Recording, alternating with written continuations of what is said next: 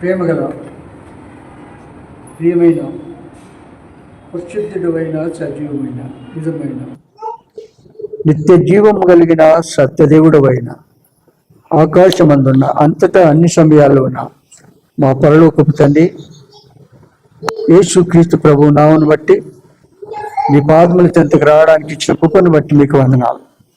కొంత సమయంలో ఆరాధించుకోవడానికి ఇచ్చిన కృపను బట్టి మీకు వందనాలు. వాళ్ళు పాలు పొందినగా వాక్య పిల్లలు మమ్మల్ని మేము పరీక్షించుకొని సరి చేసుకొని యోగ్యమైతే వాళ్ళు పాలు పొందడానికి కృప దయచేయి. మా తండ్రి చదువుకునే లేఖన భావం ద్వారా మాతో మాట్లాడండి. ఈ మెల్లని స్వరాన్ని వినిపించాలి.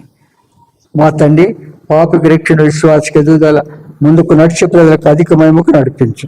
యేసునామమును స్తుతించి ప్రార్థించి వేచున్నాము తండ్రి. మత్తయి సువార్త 24:29 నుండి 32 వరకు. ఆ దినముల శ్రమ ముగిసిన వెంటనే చీకటి సూర్యుని కమ్మును, చంద్రుడు కాంతినియ్యడు, ఆకాశం నుండి నక్షత్రములు రాలును, ఆకాశమందలి శక్తులు కదలింపబడును. అప్పుడు మనుష్య కుమారుని సూచన ఆకాశమందు కనబడును. అప్పుడు మనుష్య కుమారుడు ప్రభావంతోనూ మహామహిమతోనూ ఆకాశ మేఘారుడై వచ్చుట చూచి భూమి మీద ఉన్న సకల గోత్రముల వారు రొమ్ము కొట్టుకుందరు. మరియు ఆయన గొప్ప బూరతో తన దూతలను పంపును. వారు ఆకాశం యొక్క ఈ చివరి నుండి ఆ చివరి వరకు నలుదిక్కుల నుండి ఆయన ఏర్పరచుకున్న వారిని పోగు చేతురు. అంజూరపు చెట్టును చూచి ఒక పానము నేర్చుకొనుడి. అంజూరపు కొమ్మ లేతదై చిగురించున్నప్పుడు వసంతకాలం ఇంకా సమీపముగా ఉన్నదని మీకు తెలియదు. ఇది క్రీస్తు రాకడలో 2 అంచెలు. ఒకటి, మొదటి అంచెలు ఏం జరుగుతుంది? ఆ సర్వలోక సృష్టికర్త ఆ మహాదేవుడు ఆకాశ మండలమును మీకి దిగివచ్చును. మధ్య ఆకాశమునకు ఆ ప్రభు వస్తాడు. అప్పుడు ప్రభు నందు నిద్రించిన వారు మొదట లేస్తారు. ఆ తర్వాత ఆయన రాక కొరకు కనిపెడుతూ ఉన్నటువంటి వారు లేస్తారు. మధ్య ఆకాశంలో ప్రభును కలుసుకుంటారు. మధ్య ఆకాశంలో ప్రభును కలుసుకున్న తర్వాత వారు అక్కడ ఇల్లు కట్టుకొని ఉంటారు. ఏమంటారు? ఏం చేస్తారా?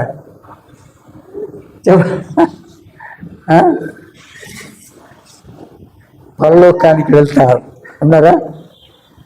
అక్కడ వివాహం జరిగిన తర్వాత మళ్ళీ వస్తారు. 2వ అంచెలో ఆయన తిరిగి భూమి మీదకి వస్తాడు. ప్రభు రాకడ 2వసారి వచ్చినప్పుడు కొన్ని హెచ్చరికలు ఇచ్చాడు. మెలకువ కొరకై కొన్ని హెచ్చరికలు ఏం చేసినాడు? అంజూరపు చెట్టును గూర్చి చెప్తూ, అంజూరపు చెట్టు ప్రభు శరీరీతిగా ఉన్నాడు కనుక ఆయనకు ఆకలి అయింది. అవునా?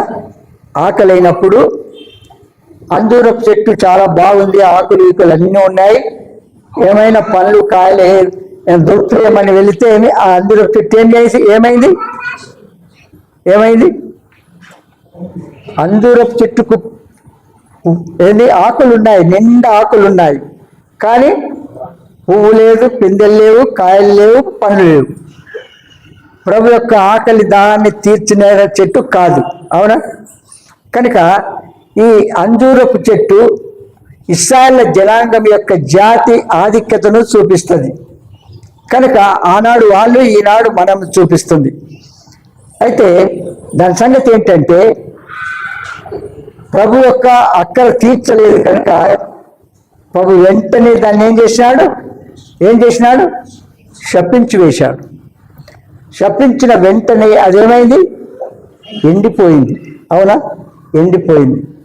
అప్పుడు శిష్యు పేతురు అన్నాడు, ప్రభా, మీరు శపించిన అంజూరపు చెట్టు ఎంత త్వరగా ఎండిపోయింది అంటున్నాడు. అన్నాడా లేదా? అన్నాడు. కనుక అంజూరపు చెట్టు దేవుడు ఆ చెట్టు ద్వారా పువ్వులు, పిందెలు, కాయలు, పండ్లు చూశాడు. దాని అక్కర తీర్చుకోవడానికి అయితే ఒక్క పువ్వు కానీ, పిందెలు కానీ, కాయలు కానీ, పండ్లు కానీ లేవు దాంట్లో. అంటే వారు ఫలించలేని చెట్టు వలె ఉన్నారు. పైకి అంజూరపు చెట్టు బాగానే ఉంది, కానీ వారి క్రియలు దేవుని యొక్క అక్కడ తీర్చినవి కావు. దాని అర్థం ఏంటంటే, ఇప్పుడు మనం దేవుని పిల్లలం, అంజూరపు చెట్టు వలె ఉన్నాం. మనలో ఫలవంతమైన జీవితం లేదు. మనకు ఫలవంతమైన జీవితం లేదు. దేవుడు అక్కర తీర్చలేని జీవితంలో కొనసాగుతున్నాం. ఎంత విస్తారంగా ఆయన మాటలు వింటున్నాం, కానీ మనలో ఫలాలు ఏమాత్రము కనబడలేదు. కనబడని కారణాన్ని బట్టి అంజూరపు చెట్టు తప్పించి ఎండగొట్టినట్టుగా తిరిగి మనులు ఆల్రెడీ చేయడానికి రెడీ ఉన్నారు. విని కూడా మీరు ఫలాలు ఫలించలేదంటే, మీరు ఇతరులకు సువార్త ప్రకటించలేదంటే, ఒక ఆత్మను దేవునికి నడిపించబడలేదంటే, మీరు దేవుని అక్కడ దేవుడు ఉద్దేశించినది మనం నెరవేర్చలేమని గుర్తించాలి. ఎందుకంటే మనం రక్షించాడు. దేని కొరకు? మనను రక్షించాడు. చెట్టును నాటాడు. అది చెట్టు నాటిన చెట్టు ఫలించాలా వద్దా? ఫలించాలా. కనుక ఫలించలేకపోతే ఏం చేస్తాడు? కొట్టేస్తాడు. అయితే ఒక సంగతి, కొంతకాలం వెయిట్ చేస్తాడు. వెయిట్ చేసిన తర్వాత ఆ అంజూరపు చెట్టు తిరిగి చిగురుతుంది. అంటే మొద్దు మాత్రం ఉంది, కానీ చెట్టు మొత్తాన్ని కొట్టేయలేదు. అయితే అది చిగురుతున్నది అని అంటే అర్థం ఏంటంటే, ఇశ్రాయేల్ ప్రజలందరూ తిరిగి తమ దేశానికి, స్వదేశానికి తిరిగి సమకూర్చబడుతున్నారు. అర్థమైందా? ఇవన్నీ మీకు చెప్పానా లేదా? కనుక వారు పూర్తిగా సమకూర్చబడలేదు. ఇంకా ఆయా దేశాలకు చెదిరిపోయినారు. కారణం ఏది? ఫలాలు లేవు కనుక, చెదిరిపోయారు కనుక. వారు ఎండిపోయిన జీవితం కలిగి ఉన్నారు కనుక చెదరగొట్టేశాడు. వారు తిరిగి తీరుస్తున్నారంటే తిరిగి సమకూరుస్తున్నాడని అర్థం. కనుక మన జీవితంలో ప్రభువులు పోలి నడుచుకోవాలి. మనం ప్రభువులు పోలి ఈ సందర్భంలో ప్రభువులు సూచనగా ఈ చెట్లు చూసాం. ద్రాక్ష చెట్టు, ఓలివ చెట్టు, అంజూరపు చెట్టు. దేని కొరకు? ఇశ్రాయేలు ప్రజలను సూచించే చెట్లు ఈ మూడు.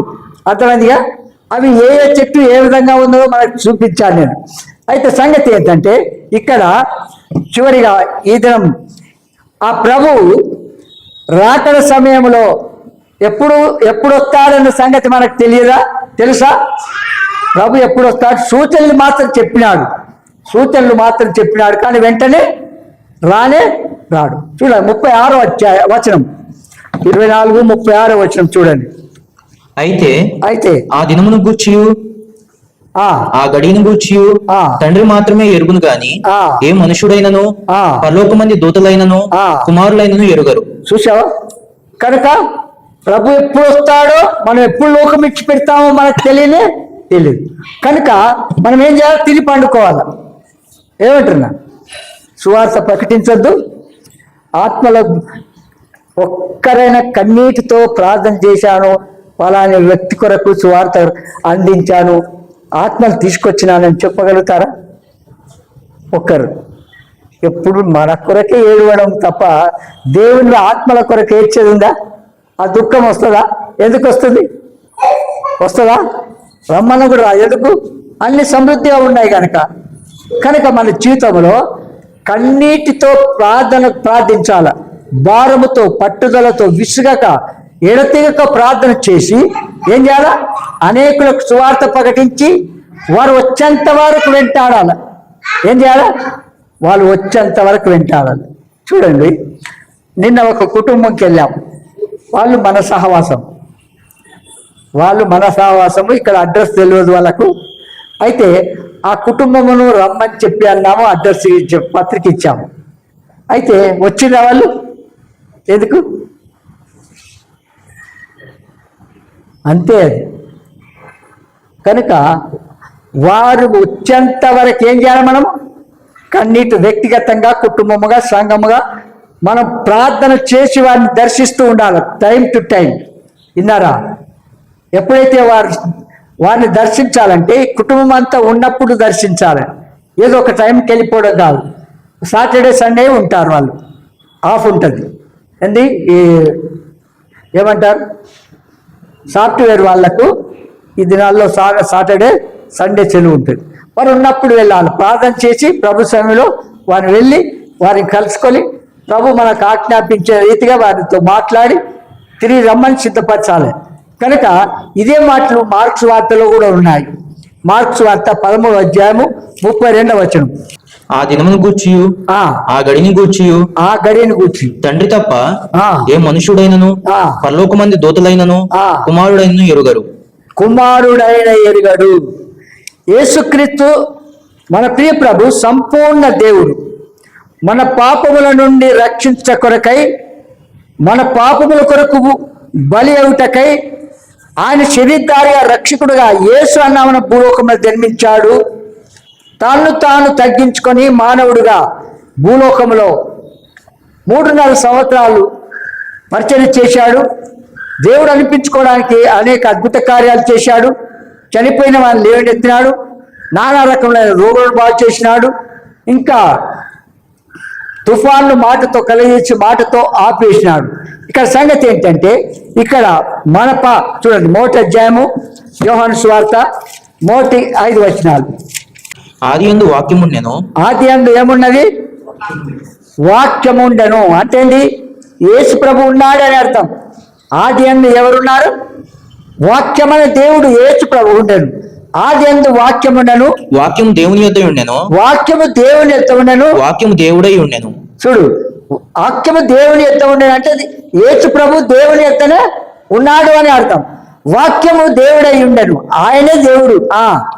ఆయన ఆదియందు దేవుని యొద్ద ఉండెను. సమస్తము ఆయన మూలంగా కలిగను. సమస్తము యేసు మూలముగా కలిగను. కలిగి ఉన్నది ఏదియు ఆయన లేకుండా కలుగలేదు. ఆయనలో జీవముండెను.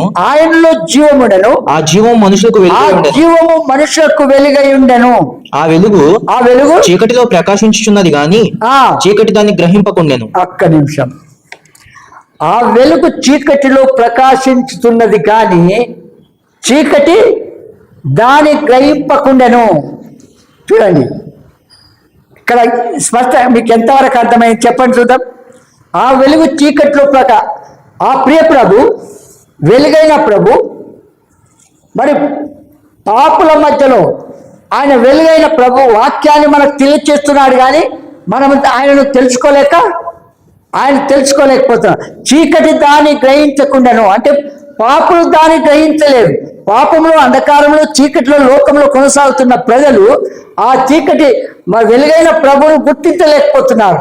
ఆ వాక్యమైన నామం ఆ ప్రియ ప్రభు మనతో మాట్లాడుతూ ఉన్నాడు. కానీ ఆ ప్రభువును మనం ఏం చేయాలి?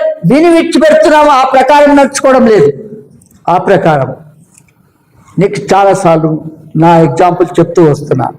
ఏంటంటే, మందిరానికి వచ్చినప్పుడు రాగానే మోకాల్లో ఉండి ప్రార్థన చేస్తాం. ఏం చేస్తాం చెప్పండి? ఎందుకు చేస్తాం?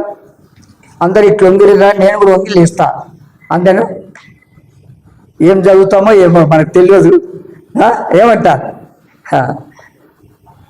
నా జీవితం నాన్నవారి మీకు చెప్తాను. ముందుగానే రాగానే మందిరానికి వెళ్ళిన తర్వాత అంటే టైం అయిపోయిన తర్వాత ఎన్నడూ కూడా రాలేదు. వాస్తవంగా ఎప్పుడో ఒకటి ఎమర్జెన్సీలో ఉంటే రాలేకపోతా, కానీ లేకపోతే ముందుగానే వచ్చి ప్రార్థన చేసుకుంటూ ఉండేవాడిని. ప్రార్థన ఎందుకొరకు చేసేవాడిని అంటే మీకు నేర్చుకోవడానికి చెప్తున్నాను. వెళ్ళిన తర్వాత ప్రభుని స్తుతిస్తూ, ప్రభా నీ దాసుని జ్ఞాపకం చేసుకో, నీ శిలువ చాటును మరుగుపరచు, నీవు మా కొరకు కావాల్సిన వర్తమానంతో సిద్ధపరిచి మాతో మాట్లాడు. వాక్యపు వెలుగులో నన్ను నేను పరీక్షించుకొని మీ ఆయాసకరమైన మార్గములు, రహస్యమైన పాపములు ఏమైనా ఉన్నట్లయితే నాకు తెలియచేయము. వెంటనే వాటిని ఒప్పుకొని విడిచిపెడతాను. ఆ ప్రకారం నడుచుకోవడానికి మీరే సహాయం చేయము. ఆ సేవకుడు ఆయన ఇవ్వవలసిన వర్తమానం ద్వారా నాతో మాట్లాడమని ప్రార్థించేవాడిని. అర్థమైందిగా? విన్నారా? ఏదో ఇట్లా వంగేసి వెళ్ళిపోవడం కాదు. ఆ సేవకుని ద్వారా మనకిచ్చే మాటల ద్వారా మాతో మాట్లాడు, నీ స్వరం వినిపించు, నా నిజస్థితిని తెలియజేయు అని ఆ విధంగా వచ్చిన తర్వాత ప్రార్థన చేసి వాక్యానికి నా హృదయానికి పోల్చుకుంటూ ఉండేవాడిని. నేను ఏదైతే చేయలేదో, ఏదైతే చేస్తున్నానో, ఏదైతే చేయాలనో అవన్నీ కూడా దేవుని సేవకు ద్వారా మాట్లాడుతూ వచ్చినప్పుడు వెంటనే ఆ ప్రకారం నడుచుకునేవాడు. ఈ దినాల్లో ఎంత చెప్పినా, ఇప్పుడు చూడండి ఇక్కడ ఏమంటాడు 5వ వచనంలో, ఆ వెలుగు చీకటిలో ప్రకాశించుతున్నది. అంటే పాపుల మధ్యలో ఆ వెలుగు కనబడుతున్నది. వెలుగైన ప్రభువు మనకు సువార్త అందిస్తున్నాడు, మన నిజస్థితి తెలియజేస్తున్నాడు, మన కూర్చుంటా లేస్తా పడుంటా అవన్నీ తెలియజేస్తున్నాడు. కానీ చీకటి దాన్ని గ్రహించడము, పాపులు దాన్ని గ్రహించడము, మరి మారుమంతు పొందినా పొందకపోయినా ఆయన చెప్పే మాటలు గ్రహించడం లేదు అని అర్థం. గ్రహించడం లేదు. 14వ వచనం చూడండి, అదే అధ్యాయం. ఆ వాక్యం శరీరధారి అయి, చూడండి, ఆ ప్రియ ప్రభు శరీరధారి అయి కృపాసత్య సంపూర్ణుడుగా మన మధ్య నివసించను. ఆయన మన మధ్య నివసించను. తండ్రి వలన కలిగిన అద్వితీయ కుమారుని మహిమ వలె మనము ఆయన మహిమను కనుగొంటిమి. చూడండి, నాకు అప్పుడప్పుడు తలంచి వస్తుంది. ఇశ్రాయేలు దేశాన్ని, ప్రపంచంలో ఎన్నో దేశాలు ఉన్నాయి, కానీ యూదా ఇశ్రాయేలు ప్రజల్ని ఏర్పాటు చేసుకున్నాడు.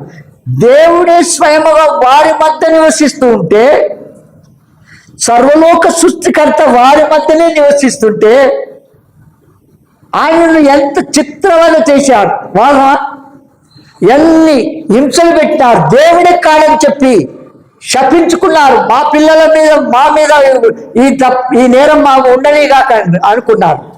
చూడండి ఎంత దరిద్రులో. చూడు, ఆ ఆకాశం మహాకాశములు పట్టదాన్ని దేవుడు, సర్వలోకాన్ని సృష్టించిన దేవుడు స్వయంగా వారి మధ్య నివసిస్తూ దేవుడు అనిపించుకోవడానికి అనేకమైన అద్భుతాలు చేసినా లేదా? మానవుడు ఎవరైనా చేస్తాడా? చచ్చిన వాడిని ఎవరైనా లేపుతాడా? ఏ మానవుని చేతన అవుతుందా చెప్పండి? అవుతుందా? కాదు. అంతకంటే చూడండి, 5 రొట్టెలు 2 చేపలు ఎంతమందికి? 5,000 మందికి ఏ మానవుడైనా పంచి పెడతాడా? 12 గంపలు మిగిల్చినట్టు చేస్తాడా చెప్పండి? ఇంత కూడా గ్రహించలేకపోతే ఇంకా నేరం మోపడము, తప్పులు పట్టడము, చంపడానికి వెంటాడుతున్నాడు. వెలుగు వారి మధ్యలో ఉన్నది కానీ వెలుగును గ్రహించడం లేదు. వెలుగైన ప్రభు వారి మధ్యలో ఉన్నాడు కానీ గ్రహించడం. ఈనాడు మన మధ్యలో ఉన్నాడు, మనతో మాట్లాడుతున్నాడు, కానీ ఆయన మాటలు మనం విని ఏం చేస్తున్నాం? ఈ చెడు వింటున్నాము, ఈ చెడు వదిలిపెట్టేస్తున్నాం. ఏమైనా ప్రయోజనమా చెప్పండి? అందుకే ఇక్కడ ఏమంటాడు? ఫిలిప్పీయులకు రాసిన పత్రిక 2వ అధ్యాయం 6 నుంచి 8 వరకు చదవండి. ఆయన దేవుని స్వరూపం కలిగిన వాడయుండి, చూడండి, ఆయన దేవుని స్వరూపము కలిగిన వాడయుండి దేవునితో సమానముగా ఉండుట విడిచిపెట్టకూడని భాగ్యమై ఎంచుకోలేదు గాని మనిషిని పోలికగా పుట్టి దాసుని స్వరూపం ధరించుకుని. చూడండి, మనిషిని పోలికగా పుట్టి ఏం చేశాడు? దాసుని స్వరూపము. మనం దాసుని స్వరూపము ఉంటామా చెప్పండి చూద్దాం. ఒక అంతస్తు మనం సంపాదిస్తున్నాం, కొన్ని లక్షలు వస్తాయి, మనకు మంత్లీ వస్తాయి, ఇక వస్తాయి. అది దాన్ని బేస్ చేసుకొని రిక్తులుగా మనం చేసుకుంటామా? ఎన్నడైనా? ఇప్పుడు దేవుడు పనిచేస్తుండు, వాళ్ళ సార్ ఎప్పుడన్నా తగ్గించుకుంటారు? ఎప్పుడన్నా బాస్ అన్నట్టుగానే ఉంటాడు. ఏమంటారు? కనుక మన జీవితం కొద్ది గొప్ప సంపాదించుకున్నప్పటికీ ఏం చేస్తున్నాం? మనము రిక్తులుగా చేసుకునేది, తగ్గించుకునేది మన జీవితంలో ఎన్నడూ కనబడదు. దేవుని పిల్లముగా కనుక ఏమంటాడు? మనుషుల పోలికగా పుట్టి దాసుని స్వరూపం ధరించుకొని తను తానే రిక్తునిగా చేసుకొని. చూడు, తను తాను రిక్తునిగా చేసుకొని, మరియు ఆయన ఆకారమందు మనుషునిగా కనబడి, దేవుడయ్యుండి మనుషుడుగా కనబడి మరణము పొందినంతగా అనగా శిలువ మరణం పొందినంతగా విధేయత చూపిన వాడై తను తాను తగ్గించుకొనెను. చూసావా? మనం ఒక్క మాట అంటే పడతామా చెప్పండి? నిర్హేతుకముగా నిందించిన, అబద్ధముగా చెడ్డ మాటలు పలికినప్పుడు మీరు దండులు అంటారు. అవునా? ఆ దండ మనం ఎప్పుడన్నా సహించామా? ఎంత వర్ణిస్తామో, ఎంత ఆరాధన చేస్తామో, అమ్మో చెప్పలేము. ఎప్పుడైతే దీనులైన మీరు ధన్యులు పరలోక రాజ్యము వారిది అంటాడు మత్తయి 5లో, విన్నారా? కనుక ఎప్పుడైనా సరే ప్రభువును పోలిన జీవితం మనం కలిగి ఉండాలి. ప్రభువును పోలేదు. ఆయన ఆకారమందు మనుషుడుగా కనబడి ఏం చేసినాడు? మరణం పొందినంతగా, అంటే శిలువ మరణం పొందినంతగా విధేయత చూపినవాడు తన్ను తాను తగ్గించుకొనెను. కనుక మన జీవితంలో ఎలా ఉంటున్నాం ఒక్కసారి మనం పరీక్షించుకోవాలి. చూడండి, ఇప్పుడు క్రీస్తు, ఇందులో దైవత్వము మానవత్వము రెండు ఉన్నాయి. ఆ క్రీస్తులో ఏమున్నాయి? దైవత్వం ఉంది, మానవత్వం ఉంది. ఉన్నాడా? దైవత్వం ఎట్లా మీకు కంపేర్ చేస్తాను చూడండి. శిష్యులు ప్రభు ఏం చేసినాడు? సిలువ వేసినాడు, మృత్యుంజయుడు తిరిగి వేశాడు, పరలోకంకి వెళ్ళిపోయినాడు. వెళ్ళిపోయినాడో లేదో ప్రభుని సేవించే దానికి బదులుగా, సువార్త ప్రకటించే దానికి బదులుగా మళ్ళా ఏమన్నా ఆ వలలు వెంట వేసుకొని సముద్రానికి వెళ్తున్నాడు ఆయన నాయకుడు, ఈ పెద్ద ఆయన. విన్నారా? శిష్యుల్లో పెద్ద అంటే ఫ్రీగా దేవునితో నడిపించే పేతురు ఏమంటారు? విన్నారా? అందుకు వారికన్నా ముందు నేను వాళ్ళ పట్టుకొని సముద్రానికి వెళ్తాను, నేను బతకడానికి ఇంకెవరున్నా అనుకుంటున్నాడు. ప్రభువుని అంతసేపు తిని తాగి ఎంజాయ్ చేసారు, ప్రభు ఇంకేం లాభం లేదు అనుకుని వెళ్ళిపోతున్నారు. ఇది మనం స్వార్థ ప్రకటించండి అంటే ఏం చేస్తున్నాం? మనం ఉద్యోగం దొరికింది కనుక తిని తాగుతున్నాం, పండుకుంటున్నాం. ఏమంటారు? ఇంకేం దేవుడు పని చేసేది? ఆ సువార్తకు వెళ్తున్నాం, అక్కడ సండే వెళ్తున్నాం, ఎప్పుడు 10 నిమిషాలు 5 నిమిషాలు తిరిగి ఆ చెప్పిండు జరిగి పోతున్నాం కనుక తిరిగి. మరికొందరు అయితే ఉన్నారు కదా, సువార్త చెప్పకుండా ఏం చేస్తున్నారు? తమిళలకు వెళ్ళిపోతున్నారు. అంటే దేవుని పని, ఆ ప్రభు పోలిన జీవితం మనం కలిగి ఉండకపోతే, ఇప్పుడు మీకు స్పష్టంగా దేవుడు తెలియజేస్తున్నాడు. ఆ దినాల్లో వాక్యం వింటూ వింటూ ఉండగానే వెంటనే హృదయంలో నా కొరకు అని తెలుసుకొని సాయంకాలం బైబిల్ పట్టుకొని బయటికి వెళ్ళిపోయేవాడు. దేవుని ఆత్మ ఎవరింటికి ఎక్కడ పంపితే అక్కడ వెళ్ళేవాడు. అక్కడ వారికి సువార్త ప్రకటించి వారికి ప్రార్థన చేసి వారు వచ్చేంత వరకు వెంటాడేవారు. ఏం చేయవాలి? ఎప్పటి వరకు వెంటాడు? గోపి ఒక వారం రాలేదు. రాకపోతే అయ్యా ఏమున్నావా, ఇంకెక్కడన్నా పోతున్నావా అని అడిగినాను. అవునా? అడిగినా అంటే తండ్రి తన పిల్లలు ఎవరు ఎక్కడ పోతున్నారో తండ్రికి తెలుస్తుంది. అడుగుతావా లేదా? ఆ బాధ్యత ఉందా లేదా? మనం ఎవరన్నా అడుగుతావా? ఎవరన్నా అడుగుతారా చెప్పండి? నేను వీళ్ళు రాలేదు అడుగుతారా చెప్పండి? ఆది విశ్వాసిగా ఉండి మందిరంలో ఎవరు కనబడడం లేదు, ఎవరు రావడం లేదు, 8 దినాల నుంచి రావడం లేదు అని వెంటనే ప్రార్థన చేసి వాడిని అటెండ్ చేశాడు. సేవకుడు నాకు చెప్పలేదు ఎప్పుడు కూడా. నేను చిత్తప్ప వెళ్ళి ఆత్మ దగ్గరికి వెళ్ళి ఏంటి మీ సంగతి, ఎందుకు రావడం లేదు అని పాడియా చెప్పిందా మీకు? ఒక అమ్మాయి హాస్టల్లో స్టూడెంట్, ఆ అమ్మాయి ద్వారా అనేకులు రక్షింపబడ్డారు కొందరు. అలాంటి వ్యక్తి ఆగిపోయింది అని అంటే కొన్ని నెలలు చూశాను, అరే ఈ అమ్మాయి కనబడడం లేదని తెలుసుకొని వెంటనే వాళ్ళు పర్సనల్గా వెళ్ళి హాస్టల్కి వెళ్ళి పిలిచి అడిగి తెలుసుకొని ఏం చేసినాను. అప్పుడు ఇది ఆమె కండిషన్ చెప్పింది, వార్డెన్ పర్మిషన్ ఇవ్వడం లేదు సండేస్లల్లా అని చెప్పి. అంటే వెంటనే వార్డెన్ దగ్గరికి వెళ్ళి వార్డెన్తో మాట్లాడి మళ్ళీ యథావిధిగా పంపడానికి వెళ్ళిపోయాను. ఈ దినాలు ఎవరైనా చేస్తున్నారా చెప్పండి? ఇంతగా స్పష్టంగా చెప్తున్నాము. లోపడే స్వభావం లేదు, ఒక స్వార్థ ప్రకటించలేదు, పత్రిక దర్శనీయగానే నేను నా యొక్క సేవ ఎవరు చేస్తారో అనుకుంటున్నాం. మనం వచ్చేంత వరకు వెంటాడాలి. వారు నశించిపోతున్నారు, చీకట్లో ఉన్నారు. వెలుగైన ప్రభువును ప్రకటిస్తూ ఉంటే కూడా వారు అర్థం చేసుకోవడము లేదు. అప్పుడు ఏం చేయాలి? మనం వెంటనే ప్రభువును పోలినారు. చూడండి, మీకు ఎగ్జాంపుల్, మన ప్రియ ప్రభులో 2 స్వభావాలు ఉన్నాయి. ఏం చేసినాడు? వీళ్ళు దోణ ఎక్కి వల వేసి సముద్రానికి వెళ్ళిపోయినారు. వెళ్ళిపోయిన తర్వాత వల వేసి మేము కూడా వస్తామని అందరు వెళ్ళిపోయినారు. వెళ్ళిపోయిన తర్వాత వీరు ప్రభుకు ఎక్కడ ఎవరేం చేస్తున్నారో అనే బాగా, ఏ మూలకి ఎవరు ఎక్కడ తిరుగుతున్నారో, ఏం చేస్తున్నారో, ఏం మాట్లాడుతున్నారో అనే బాగా తెలుసు. వెళ్ళిపోయినారు. వెళ్ళిపోయిన తర్వాత ప్రభు ఏం చేసినాడు? ఆ సముద్రంలో నడుచుకుంటూ వచ్చినా లేదా? ప్రభువు నడుచుకుంటా వస్తే రాత్రంతా కష్టపడ్డారు కానీ ఒక చేప పైకొచ్చిన చేపలందరినీ కింది పంపించిండు. వస్తాయిగా? ఎంత వల కందకుండా లోపలికి వెళ్ళిపోయినాయి. రాత్రి కష్టపడితే వస్తాయి అవి. ఆయన సెలవిస్తేనే రావాలి కానీ అప్పుడు దగ్గరకు వచ్చిన తర్వాత ఆ ప్రభువును గుర్తుపట్టలేదు. ఎందుకు? ఆయన మృత్యుంజయుడు చనిపోయి తిరిగి లేచాడు కనుక ఆ ప్రభు మళ్ళా వస్తానన్న సంగతి మర్చిపోయినారు, పక్కకు పెట్టినారు. ఆయన ప్రభువుని మారుకో దగ్గరకు వచ్చిన తర్వాత అప్పుడు ఆయన మానవుడిగా ఉన్నాడు కనుక దైవత్వము మానవత్వము రెండు ఉన్నాయి కనుక ప్రభు వారి దగ్గరికి వచ్చిన తర్వాత ఏం చేసినాడు? నేనే భయపడకుడి అన్నాడు. అవునా? ప్రభుగా నేనే భయపడకుడి. మన జీవితంలో ఏ పరిస్థితి వచ్చినా కూడా నేనే భయపడకుడి, జడియకుడి.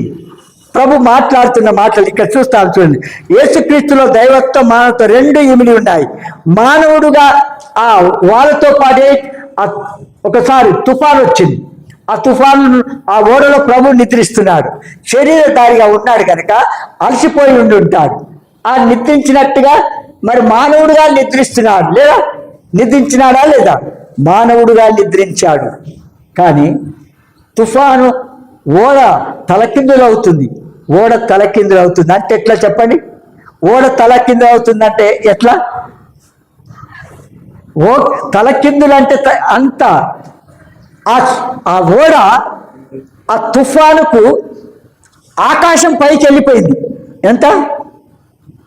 ఆకాశము పైకి వెళ్ళిపోయి మళ్ళీ కిందికి పాతాళానికి వెళ్ళిపోయింది. ఎక్కడికి?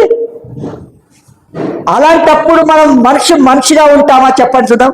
ఆ ఓడలో ఉన్న వ్యక్తులు ఇంకా మధ్యలో తొక్కుమంటాయి ప్రాణం అయితే. వాస్తవం కదా? బలహీనలు అయితే ఏమైతే మధ్యనే ఎవరైతే ఆటోమేటిక్గా అది అయిపోతుంది. అలాంటి తుఫాను ఆయన వెళ్ళిపోతే ప్రభు నిద్రిస్తున్నాడు. అప్పుడు ఆయన ప్రభువుని తట్టి లేవగానే దైవత్వాల్లో ఉంది కనుక తుఫాను ఆపేసినాడు. అవునా? మానవుడుగా నిద్రించాడు, దైవత్వం బట్టి ఆ తుఫాను ఆపినాడా లేదా? ఏ మానవుడు ఆపగలుగుతాడా చెప్పండి చూద్దాం. ఆపుతాడా అంటున్నా? ఎన్నడూ కూడా ఆపలేదు. ఆయన దైవత్వం ఉంది కనుక ఆయన ఆపినాడు. చూడండి, అందుకే ఇక్కడ ఏమంటాడు? దేవుడు తుఫాను గద్దించను. మార్కు సువార్త 4:5 నుంచి చదవండి. అదే ఆ దినమే సాయంకాలమైనప్పుడు ఆయన అద్దరికి పోదుమని వారితో చెప్పగా వారు జనులను పంపివేసి ఆయనకు ఉన్నపాటున చిన్న దోణిలో తీసుకుని పోయేరి. ఆయన వెంబడి మరి కొన్ని దోణిలు వచ్చెను. అప్పుడు పెద్ద తుఫాను రేగి ఆయన ఉన్న దోణి మీద అలలు కొట్టినందున దోణి నిండిపోయాను. ఏమైంది? దోణి నిండిపోయాను. ఆయన దోణి అరమమున తలగడ మీద తలవాల్చుకొని నిద్రించుచుండెను.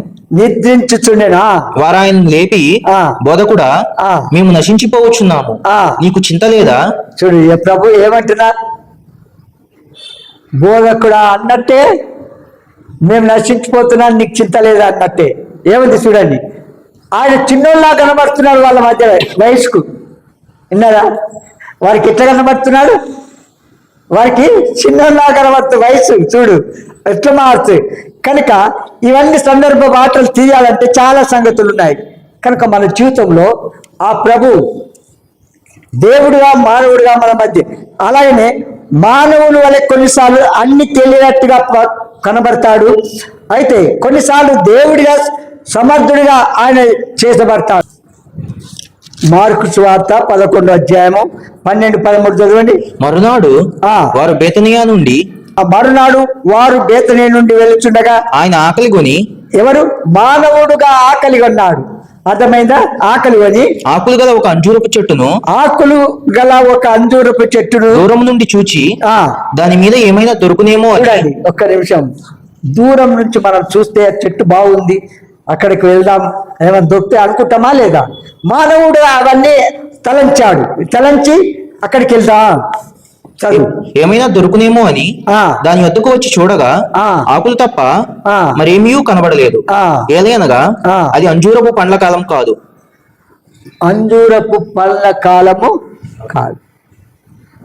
మీకేమర్థమైంది చెప్పండి? పళ్ళు చెట్టు ఆకులు ఉన్నాయంటే మీకు ఒక ఇంటి ఇచ్చినాను మీకు. అంజూరపు చెట్టు ఆకులు ఉన్నాయంటే ఏముండాలా? పువ్వు ఉండాలా, పిందెలు ఉండాలా, కాయలు ఉండాలా, పండ్లు ఉండాలి. అన్ని చెట్లు వేరు, ఈ చెట్టు వేరు. ఈ చెట్టుకు ముందు పువ్వు, పిందెలు, కాయలు, పండ్లు వచ్చిన తర్వాతనే ఆకులు వస్తాయి. ఆకులు వచ్చినాయి కనుక పండ్లు ఉంటాయనే ఉద్దేశంతో శరీరధారిగా వెళ్ళిపోయినాడు. కానీ ఒక్కటి కూడా ఉన్నదా? ఆకలి తీర్చిందా? చూడండి, ఆ ప్రభు నీ దగ్గరికి వస్తాడు. నీ దగ్గరికి వచ్చిన తర్వాత నీ దగ్గర ఏమైనా దొరుకుతుందేమో అని వస్తాడు. వస్తే ఏం చేస్తాం? లేదుపో లేదుపో లేదుపో. ఎవరైనా వస్తే ఏం చేస్తాం? అంతమా లేదా? లోకరీతిగా చెప్తున్నా. మనతో ఎంత ఉన్నా కూడా అటు మాట్లాడుతూ ఉంటాం. ఏమంటారు? శరీరధారిగా ఆ ప్రభు అక్కడికి వచ్చిన తర్వాత మరి దైవత్వం ఆయనలో ఉంది కనుకంటే శపించి చెట్టును శపించాడు. అర్థమైందా? మానవుడుగా శరీరధారిగా ఫలాలు చూసుకున్నాడు, కానీ దొరకలేదు. దైవత్వం ఆయనలో చూపించడానికి ఏం జరిగింది? అక్కడ ఆ పళ్ళు లేవు కనుక ఆ చెట్టును శపించిన వెంటనే ఏమైంది? చెట్టు ఎండిపోయాను. కనుక ఆ విధంగా ఆయన మానవుడిగా ఆకలి వండి అంజూరపు చెట్టు వద్ద ఏమైనా దొరుకునని వచ్చాను. అంజూరపు చెట్టు వైపు చూస్తున్నాడు. ఆకులు కనబడుతున్నవి. ఆయనను కాయలు ఉన్నవో లేవో అని దగ్గరకు వచ్చి చూసినాడు. ఇలా చేయటం ద్వారా తెలియని వాడిలా కనబడుతున్నాడు. ఇది ఆయన మానవత్వాన్ని చూపిస్తూ ఉన్నది. కనుక మరొక సమయంలో పేతురు ప్రభువే, ఈ సమయం నీవు సముద్రములకు పోయి చూడండి. ఇప్పుడు ఏం జరిగిందంటే, ఇప్పుడు అక్కడ శరీరధారిగా ఆయన ఆకలి కొన్నాడు, ఫలాలు దొరకలేదు. ఇప్పుడు ఏం చేస్తున్నాడు?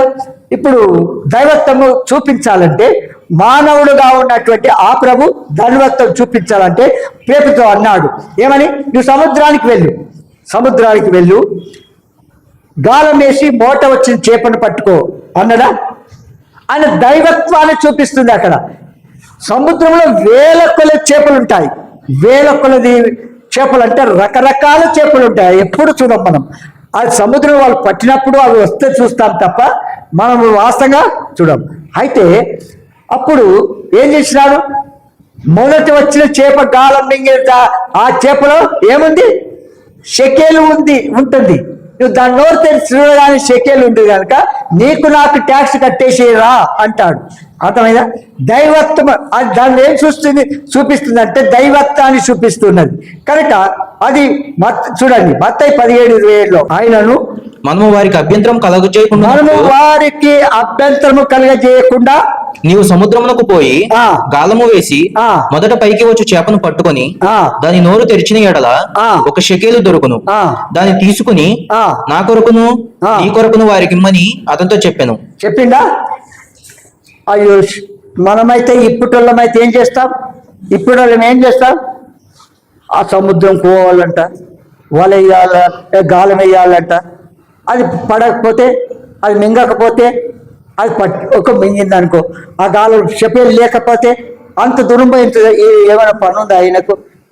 ఇంత పెద్ద మనిషిని నన్ను పంపుతున్నాడు ఏమో కదా అంటామా లేదా? మనము మానవులుగా ఈ దినాల్లో ప్రశ్నిస్తుంటాం. ఆ దినాల్లో విధేయత చూపించారు శిష్యులు. ఆయన మాటకు వెంటనే లోపడ్డారు. వెళ్ళందంటే వెళ్ళినా లేదా? ఆయన దైవత్వాన్ని చూపిస్తున్నాడు. ఏంటంటే ఆయన చెప్పింది తప్పకుండా ఉంటుంది, షెకేలు ఉంటుంది, పన్ను కడతామని ఆ నమ్మకంతో వెళ్ళిపోయారు. మనం పోతే వాళ్ళు 2-3 సార్లు పోయినా ఏం దేవుడు నేను కలిసి పోయి వచ్చిన అడ్రస్ చూసేసిన రాలేదు, ఎన్నిసార్లు పోతే కూడా వస్తలేదు అని సపరా కూర్చుంటాం. ఏమో వాళ్ళకి తెలియదు కనుక ఆ స్థితి. అక్కడ బాయిల కప్పు ఎట్లుంటుంది? ప్రపంచమంతా చూస్తున్నా అనుకుంటుందట. అది వెలుపడికి వచ్చిన తర్వాత దానికి తెలిసిపోతుంది ప్రపంచంలో ఏముంది అని సంగతి. ఏమంటారు? కనుక మన జీవితంలో ప్రభు మానవత్వము దైవత్వాన్ని ఇక్కడ చూపిస్తూ ఉన్నాడు. సముద్రంలో లక్షల అన్నాడు, మూట వచ్చిన చేప షెకేలు దొరుకుతుంది అన్నాడు. అప్పుడు ఆ విధంగా ఇప్పుడు చూడండి, మానవత్వంతో ఆకలి కొన్నాడు, దైవత్వం ద్వారా షెకేలు దొరికింది. అవునా కాదా? తర్వాత అన్నాడు నతానియేలును చూసిండా లేదా? నతానియేలు దగ్గరికి వెళ్ళి ఫిలిప్పు దగ్గరికి వెళ్ళకముందే చూడండి ఏమంటాడు.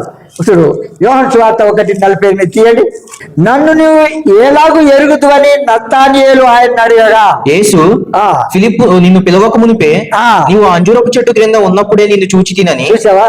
ఎక్కడున్నాడు? నువ్వు ఎక్కడున్నావా? ఏం చేస్తున్నావా? నిద్రపోతున్నావా? తిరుగుతున్నావా? నాకు బాగా తెలుసు. అది దేవుడు. కనుక మన జీవితంలో మనకేదైతే అప్పగిస్తున్నాడో అది తేట మనకు చూపిస్తూ ఆయన చూస్తున్నాడు కనుక ప్రభు మహిమార్థమై మనం ఏం చేయాలో? ప్రభు మహిమార్థమై ప్రభు చెప్పిన పోలిన జీవితం మనము కలిగి ఉండాలి. దైవత్వం చూపి కనుక చూడండి 4వ అధ్యాయము 16 నుంచి 18 చదవండి.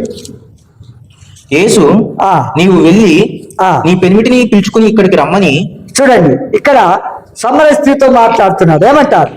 ఆయన దైవత్వం మానవత్వం రెండు కలప అని దాన్ని పోల్చి మీకు చెప్తున్నాను. ఆమె దగ్గరికి వెళ్ళి ఇప్పుడు ఏమంటా, యేసు నువ్వు వెళ్ళి నీ పెనిమిటిని పిలుచుకొని ఇక్కడికి రమ్మని ఆమెతో చెప్పాను. మనమైతే ముందే ఏం చేస్తాం? నీ సంగతి తెలుసు, నేను చెప్పాలంటే అన్నీ ఉన్నాయి. ఏమున్నాయి? అందరు నువ్వు కూర్చుంటా లేచావు అంటే ఎవరితో మాట్లాడతావు, ఎక్కడ తిరుగుతావు, ఎక్కడ ఎంజాయ్ చేస్తావు నాకు బాగా తెలుసు అని ముందు అనేస్తుంటావు. వాస్తవా కదా? అంటవా లేదా చెప్పు? అంటవా? ఆమె నోటి నుండి రహస్యాన్ని తీర్చుకొని రావడానికి ప్రభుకి అన్ని తెలుసు. వాస్తవంగా ఎంతమంది ఆమెతో ఉన్నారో, ఇప్పుడు ఉన్నవారు ఎంతమంది ఎవరో ఆమె బాగా తెలిసి ఆమె నోటి నుంచి రావాలని చూస్తున్నాడు. మనమైతే ముందే అనేస్తుంటాం. ఆ లేని కూడా కలిపి ఏం చేస్తాం? ఊహించి తెలుస్తూ ఉంటుంది. ఇక్కడ ఏమంటాడు? చదువు. ఆ స్త్రీ ఆ. నాకు పెనిమిటి లేడనగా యేసు ఆమెతో నాకు పెనిమిటి లేడని నీవు చెప్పిన మాట సరియే. చూడండి, దైవత్వం తనలో ఉంది కనుక నీకు పెనిమిటి లేడన్న సంగతి నాకు బాగా తెలుసు, వాస్తవమే. కానీ నీకు 5 పెనిమిట్లు ఉండేది, ఇప్పుడు ఉన్నవాడు నీ పెనిమిటి కాడు. అయిపోయా అంటే పెనిమిటి కాడు తిరుగుతా ఉన్నాను అన్నమాట. ఏమంటారు? ఒక్కరు కూడా మానవునికి పాపం అంటే తృప్తి లేదు. ఏమంటారు? ఎంత జీవితకాలం అంతా పాపంలో పుట్టి పెరిగి ఎంజాయ్ చేస్తూ కూడా తృప్తి అనేది లేదు. దాని అంతం ఎక్కడ పోతుంది? నరకానికి, ఆరని అగ్ని గంధకములతో మండుగుండంలో.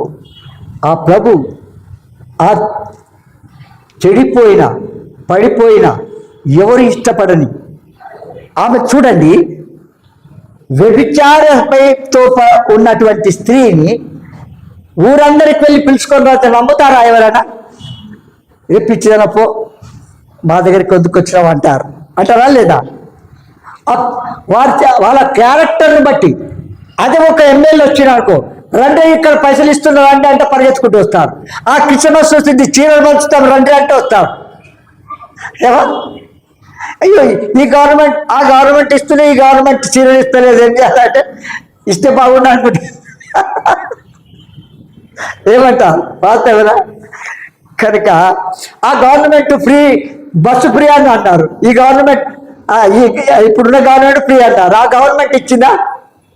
ఫ్రీ లేదు. ఏమంట? ఇప్పుడు ఎక్కడన్నా అక్కడ ఊపుతూనే ఉన్నాం. ఎన్నిసార్లు పోయినా కూడా మా పైసలు అడగటం లేవు అనుకుంటాం. ఏమంటాం? చూడండి, కనుక అమ్మగారు ఇప్పుడు ఉన్నవాడు నీవాడు కాదంటే, అయ్యా నీవు ఎందుకు వచ్చినావు, ఎందుకు మాట్లాడుతున్నావు నాతో, ఆ సంగతి చెప్పక నా గుట్టంతా బయట పెట్టడానికి వచ్చినావు నువ్వు. నీవెవరో నాకు తెలుసు, వెళ్ళిపో అంటోళ్ళు లేరా? ఈ దినాలు అన్నారా చెప్పండి? అంటారా లేదా? అట్లా నీవు అప్పుడు ఏమంటుంది ఆమె చూడండి. అప్పుడు ఆ స్త్రీ అయ్యా నీవు ప్రవక్త అని గ్రహించుచున్నా. ఏమని తెలుసుకుంది? అప్పుడు ఆయన ప్రవక్త అని తెలుసుకుంది. మనం కనిపెట్టిన మెస్సియా అని తెలుసుకుంది. ఆయన నీ పెనిమిటి తీసుకొని రా అంటే అప్పుడు ఇవన్నీ సంభాషించిన తర్వాత ప్రభు ఆమె నిజస్థితి తెలియగానే తెలుసుకొని నా నిజస్థితిని తెలియచేసిన మనం కనిపెట్టిన మెస్సియా వచ్చి చూడండి నేను నా నిజస్థితి చెప్పాడు అని అంటుందా లేదా? మనమైతే నీకెవరా చెప్పింది? నా పాపల గురించి నా ఇష్టం మీద నడుస్తా, ఏమైనా చేస్తా అంటారా లేదా చెప్పండి? ఈ దినాల్లో చెప్తున్నా, మన నిజస్థితి తెలియజేస్తే మూతి ముడుచుకొని ఏం చేస్తాం? పండుకుంటాం. ఆబ్లాడ్ ఏం చేసినాడు? ద్రాక్షతో నీ పొలం ఇయ్యాలంటే ఇవ్వకపోతే పోయి రాజు పోయి మూతి ముడుచుకొని పాడుకున్నాడు. ఏమై అట్లా పాడుకున్నావంటే అమ్మగారు ఏంది ప్యాంట్ షర్ట్ వేసుకొని మీసాలు పెట్టుకొని అదంతా పని నేను చేస్తాను అన్నదా లేదా? చూడు ఎట్లా ఉందా? ఈ దినాల్లో మన జీవితంలో ప్రభు ఆమె దేవుడిగా గ్రహించింది, ఆయన ప్రవక్తగా తెలుసుకుంది, ఆయన మనం కనిపెట్టి మెసేజ్ తెచ్చాడు. నా నిజస్థితిని తెలిసిన వ్యక్తికి వచ్చాడు చూడండి అన్నదా? మన నిజస్థితిని తెలియజేస్తే మనం ఏమంటాం చెప్పండి? ఇప్పుడు కట్టె తీసుకుంటాం, లేకపోతే ఏ దగ్గర ఉంటే అది తీసుకుంటాం. అవునంటారా లేదా? అమ్మో ఇట్లయితే కష్టం, నేను ఇక్కడ రాకపోవడం మంచిది. నువ్వు ఆశీర్వదింపబడతావు, నీ రోగం బాగా అవుతుంది, నువ్వు నీకున్న ఉద్యోగం యొక్క రెట్టింపు హెచ్చిస్తాడు, నీ గర్భఫలం లేకపోతే గర్భఫలం ఇస్తాడు అని అన్నాను అనుకో. అబ్బా ఏం ప్రవక్త, నేను చెప్పినట్టుగా ఇప్పుడు 10,000 ఇస్తున్నా కానీ 15,000 ఇస్తా ఇంకో దగ్గరికి పోతే అంటే మంచిదే అంటాం. ఏమక్క కదా? కనుక మన జీవితంలో ఆ ప్రభు ఏం చేసినాడు? మన నిజస్థితిని తెలియచేస్తూ ఉన్నాడు. అప్పుడు ఏం చేయాలి? థ్యాంక్స్ చెప్పాలి, దేవుడికి వాస్తవంగా చెప్పాలంటే నా నిజస్థితిని తెలియజేసినాడు అని ఆమె ఒప్పుకొని విడిచిపెట్టి అలాంటి స్త్రీని రక్షించాడు. తనను రక్షిస్తే ఊరి వారందరూ రక్షింపబడతారన్న సంగతి దేవుడికి బాగా తెలుసు. నిన్ను రక్షిస్తే ఇంటిని కూడా రక్షింపబడరు, ఉన్నలు కూడా ఇంటికాడ బిస్తర్ వేసుకొని పాడుకుంటారు. అయ్యో వాళ్ళు ఏ సాకులు చెప్తారు తెలుసా? నీ పాడే పాటలు బాగలేవు, లేకపోతే నీకు చెప్పే వాక్యం బాగలేదు, నేను రానిగా ఏమి ఇది వాళ్ళు చెప్పే సాకులు. వారు విచ్చలవిడిగా తాగి తిని ఎంజాయ్ చేసి సినిమా డ్రామాలు చూస్తే ఆ నేరం చెప్పరు. వాళ్ళు మన తప్పు పట్టుకొని వేస్తుంటారు, వాయిస్తుంటారు. ఎవరు తప్పులు పడతారో ఒక దినం ఆయన భజన చేస్తాడు, ఒకరోజు ఇస్తాడా? చేస్తాడా లేదా? చింతపండు చేస్తాడు. పాపమునకు శిక్ష తప్పకుండా న్యాయమైన తీర్పు తీరుస్తాడు దేవుడు. ఎన్నడూ అన్యాయపు తీర్పు తీర్చేవాడు కానే కాదు. కనుక ఆయన దేవుడుగా న్యాయం తీర్చాలి. పాపిని పరిశుద్ధిగా మాత్రానికి ఇష్టము. పాపి ఒప్పుకొని విడిచిపెట్టకపోతే తమ సొంత ఇష్టాలు నెరవేర్చుకుంటే ఒక దినం చింతపని చేసి అక్కడికి వెళ్ళి పంపించాడా? ధనవంతుడైన అబ్రహాంను ఏం చేసినాడు చెప్పండి? ఏం చేశాడు? పాతాళంలోకి వెళ్ళిపోయాడు. అవునా? పరదేశకు పంపించాడా? లేదు. కనుక మన జీవితంలో మనం చెప్పే సాకులు తగిన కావు. లేని నిందను ప్రభును నిందను మోపి అది వెళ్ళిపోతే ఏమన్నా అన్నాడా? అనలేదు. మనల్ని కూడా అంటారు. అంటే కూడా ఏం చేయాలి? మనం థ్యాంక్స్ చెప్పాలి దేవుడికి. లేని వాటిని అవునన్నట్టుగా చెప్పి బంద్ అయితే మన ఎవరి పాపానికి వారు శిక్ష అనుభవిస్తారు. అంతేనా? 9:3 నుంచి చదువు. వీడైనను వీని కన్నవారైన పాపము చేయలేదు గాని దేవుని క్రియలు వీని యందు ప్రత్యక్షపరచబడుటకే వీడు గుడ్డివానిగా పుట్టెను. పగలున్నంత వరకు నన్ను పంపిన వాని క్రియలు మనము చేయుచుండవలెను. చూడండి ఆయన దైవత్వం చూడండి. ప్రభును ప్రశ్నించ అడుగుతున్నాడు. ఏం చేస్తున్నాడు? వీడికి తల్లిదండ్రుల పాపం చేసిన అడుగుతున్నాడు. అడిగితే ఏమన్నాడు? వీడు కాదు, ఎవరి మీద నేరం వేయకుండా ఏం చేస్తున్నాడు? దేవుడు దైవత్వము దేవుని క్రియలు వీరి యందు ప్రత్యక్షమవుటకే వీడు గుడ్డివాడు అయ్యారంటాడు. చూడు ఎంత చక్కగా ఏమంటాడు. కనుక ఆ గుడ్డివాడిని బాగు చేసి పంపించిందా లేదా? ఆయన దైవత్వాన్ని రుజువు చేస్తున్నాడు. అవునా? ఆయన ఏం చేస్తున్నాడు? దైవత్వాన్ని రుజువు చేస్తున్నాడు. మత్తయి 22 చూడు, 15 నుంచి చూడు. అప్పుడు పరిసయ్యులు వెళ్ళి మాటల్లో ఆయన్ని చిక్కుపరచవాలని ఏం చేశాడు? ఆయనను చిక్కుపరచవలనని ఆలోచన చేయొచ్చు. బోధకుడా, నీవు సత్యవంతుడుగా ఉండి దేవుని మార్గంలో సత్యముగా బోధించుచున్నావని, నీవు ఎవరిని లక్ష్య పెట్టవని, మోమాటం లేనివాడవని ఎరుగుదము. నీకేమి తోచుచున్నది? కైసరుకు పన్నించుట న్యాయమా కాదా? మాతో చెప్పుమని అడుగుటకు ఆయన స్టోరీ చెప్పిండు. ఇన్నాడా? కనుక మన జీవితంలో ఆయన మన ప్రియ ప్రభు దైవత్వాన్ని రుజువు చేస్తున్నాడు. జరగబోయే సంఘటనలు కూడా ఆయన ఏం చేస్తున్నాడు? ఎరిగిన వాడే వాటిని చెప్తున్నాడు. లూకాసు వార్త 22వ అధ్యాయం నుంచి చదవండి. యేసు పేతురును యోహానును చూచి, మీరు వెళ్ళి మనం భుజించుటకై పస్కాను మన కొరకు సిద్ధపరచుడని వారిని పంపెను. వారు మేమెక్కడ సిద్ధపరచగోరుచున్నామని ఆయన అడుగ్గా ఆయన, ఇదిగో మీరు పట్టణంలో ప్రవేశించినప్పుడు నీళ్లకుండా మోసుకొని పోవచ్చున్న ఒకడు మీకు ఎదురుగా వచ్చును. అతడు ప్రవేశించి ఇంటిలోనికి అతని వెంట వెళ్ళి, నేను నా శిష్యులతో కూడా పస్కాను భుజించుటకు విడిదిగది ఎక్కడుందని బోధకుడు నిన్ను అడుగుచున్నాడని ఇంటి యజమానితో చెప్పుడి. అతడు సామాగ్రి గల ఒక గొప్ప మేడగది మీకు చూపించును, అక్కడ సిద్ధపరచుడని వారితో చెప్పాను. చూడండి ఆయన దైవత్వాన్ని బట్టి చూడండి, ఏది ఎక్కడ ఉన్నాడో ఆయనకు బాగా తెలుసు. కనుక ఆయన ఏం చేశాడు? పొలం దగ్గరికి వెళ్ళండి, ఆయన స్థలం చూపిస్తాడు, దాన్ని శుభ్రం చేసి అక్కడ ఆయన. దీని అర్థం ఏంటంటే ఆయన దైవత్వాన్ని, ఆయన సమస్తం ఎదిగిన వాడు కనుక ఆ విధంగా చూస్తున్నాడు. యోహాను సువార్త 16వ అధ్యాయం 30 వచనం చదవండి సమస్తము ఎరిగిన వాడు నీవు, అమ్మా. సమస్తము ఎరిగిన వాడు నీవు, ఆ ఎవడు నీకు ప్రశ్న వేయ నగత్యం లేదు, ఎవడును నీకు ప్రశ్న వేయస నగత్యం లేదని ఇప్పుడు ఎరుగుదుము. ఆ దేవుని యొద్ద నుండి ఆ. నీవు బయలుదేరి వచ్చువని ఆ. దీని వల్ల నమ్ముచున్నామని చెప్పగా, చూసావా ఆయన శిష్యులు ఏమన్నారు? నువ్వు దేవుని ఎప్పుడు ఇన్ని అద్భుతాలు ఆశ్చర్యకారాలు చేస్తే అప్పుడు వాళ్ళు ఏమంటున్నారు? నువ్వు దేవుని యొద్ద నుండి వచ్చినావనే సంగతి ఇప్పుడు తెలుసుకుంటున్నారు. ప్రభు చెప్పగానే 100% పల్లం దేవుని వాక్యం వింటూ ఉండగానే అది వాస్తవమని నమ్మాలి. ఆ ప్రకారం నడుచుకోవడానికి మనం ప్రయత్నం చేయాలి. 21:17 యోహాను. మూడవసారి ఆయన ఆ, యోహాను కుమారుడైన సీమోను, ఆ, నన్ను ప్రేమించుచున్నావా అని అతన్ని అడిగాను. ఆ, నన్ను ప్రేమించుచున్నావా అని ఆ. మూడవసారి తను అడిగినందుకు ఆ. పేతురు వ్యసనపడి, ఆ, ప్రభువా, ఆ. నీవు సమస్తమును ఎరిగిన వాడు, ఆ. నిన్ను ప్రేమించుచున్నానని. ఏమన్నా నువ్వు సమస్తము ఎరిగిన వాడు, ఆయన దైవత్వం ఉంది అని, ఆయన దేవుడని, ప్రభు అని, సృష్టికర్త అని అప్పుడు తెలుసుకొని నీకు సమస్తం ఎరిగిన వాడవు అంటాడు. ఏమంటారు? నువ్వు నన్ను ప్రేమిస్తున్నావా? ఆనాడు పేతురు అన్నాడు, ఈనాడు నిన్ను అడుగుతున్నాడు నన్ను ప్రేమిస్తున్నావా అని. చెప్పండి చూద్దాం, ఎవరు దేవుని నేను ప్రేమిస్తున్నాను అని చెప్పవాలి. ఇది మన ఆత్మీయత. ఏమంట? ఇది మన ఏంది? మన నిజస్థితి. ఆయన అన్నిటినీ ఎరిగినవాడు. విన్నారా? ప్రభు పేతురు అంటున్నా లేదా? నువ్వు అన్నిటినీ ఎరిగినవాడు. ఒకసారి 2 సార్లు మాటికి అడుగుతున్నా మీనన్నాను అనుకుంటామా లేదా? వెళ్ళిపో, ఇక నేను చెప్పా అంటావు, అవునా?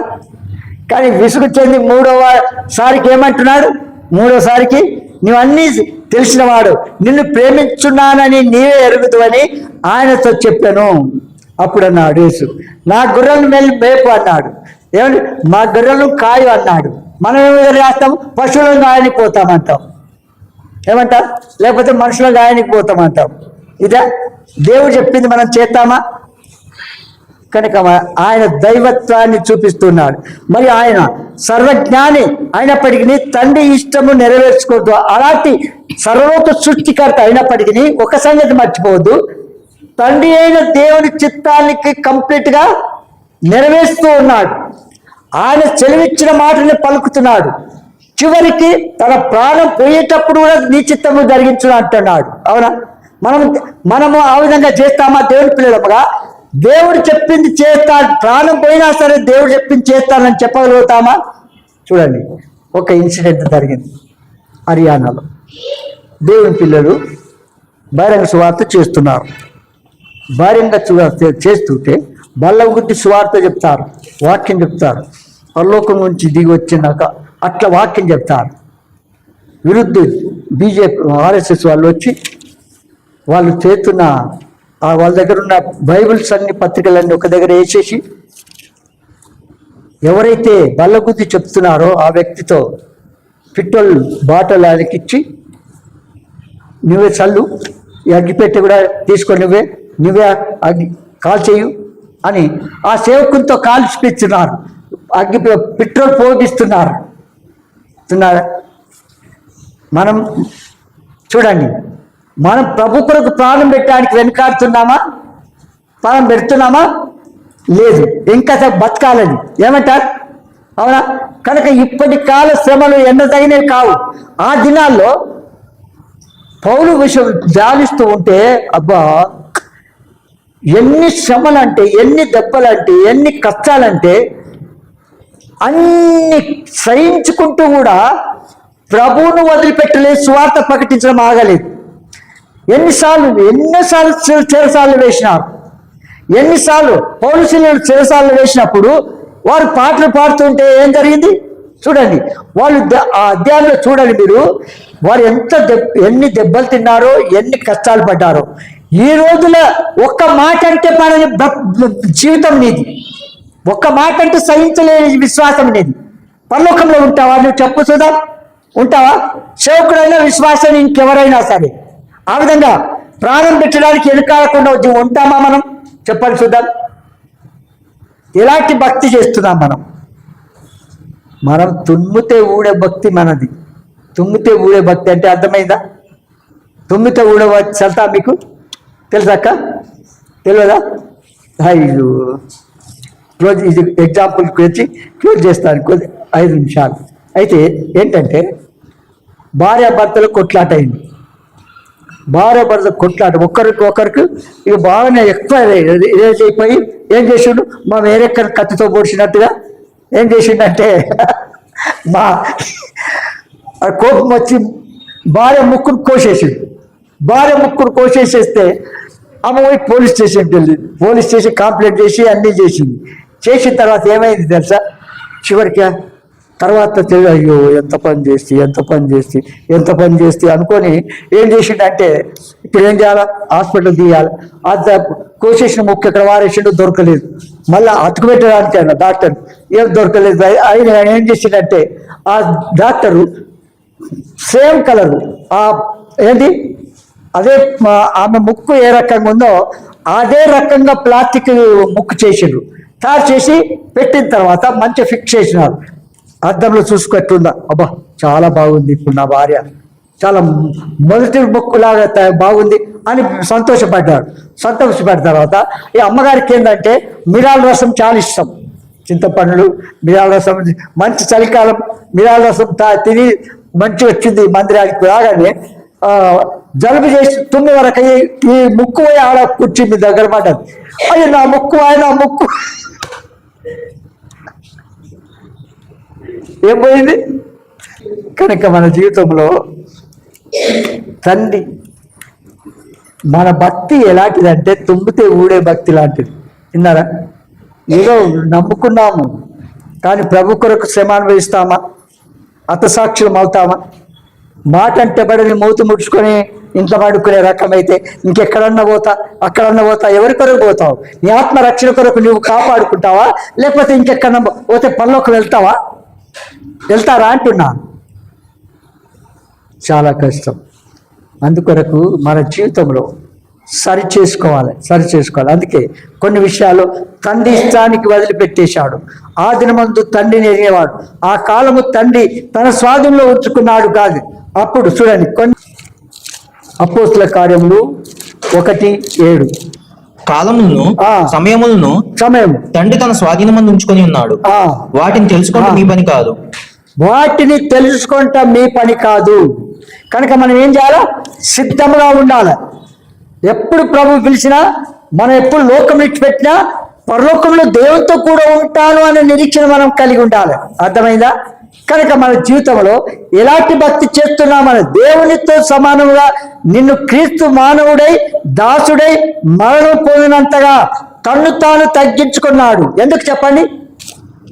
ఆయన 2వ అధ్యాయము 6 నుంచి ఆయన దేవుని స్వరూపం కలిగిన వాడై ఆయన దేవుని స్వరూపము కలిగిన వాడై దేవునితో సమానంగా ఉండుట విడిచిపెట్టకూడని భాగ్యం ఎంచుకోనలేదు గాని మనుషుల పోలికగా పుట్టి దాసుని స్వరూపం ధరించుకొని. కనుక ఈ ముందుగా చదివినాం కనుక అలాగ చెప్పి చెయ్యాలి.